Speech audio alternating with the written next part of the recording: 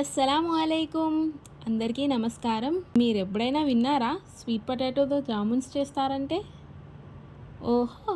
జామున్స్ అంటే మైదా, పాకం అనుకుంటే ఆ స్టోరీ మర్చిపోండి. ఇవాళ మన హీరో స్వీట్ పొటాటో.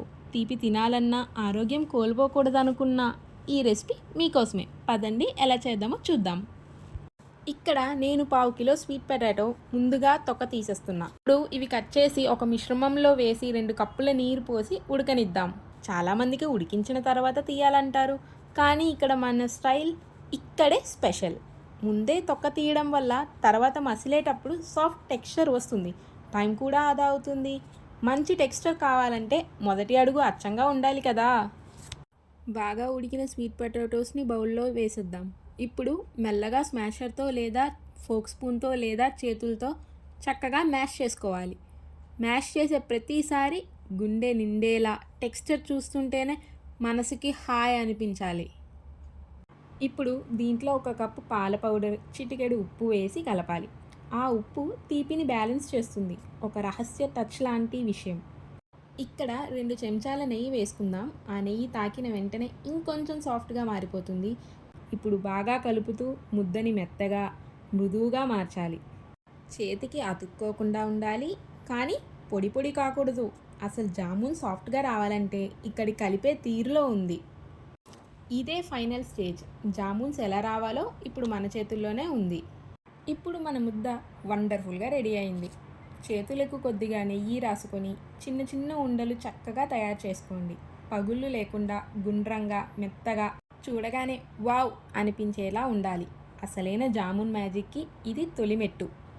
ఇప్పుడు జామున్స్కి అవసరమైనంత నూనె వేసుకొని లో నుండి మీడియం ఫ్లేమ్ మీద వేడి చేయాలి. పొంగిపోవలసినంత కాదు, బుడబుడగలుగా తేలిపోవలసినంత వేడి చాలు.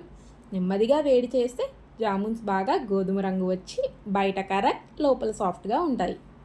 ఇప్పుడు జామున్స్ నెమ్మదిగా తిప్పుతూ అన్ని పక్కలుగా బంగారు రంగు వచ్చేలా ఫ్రై చేయాలి.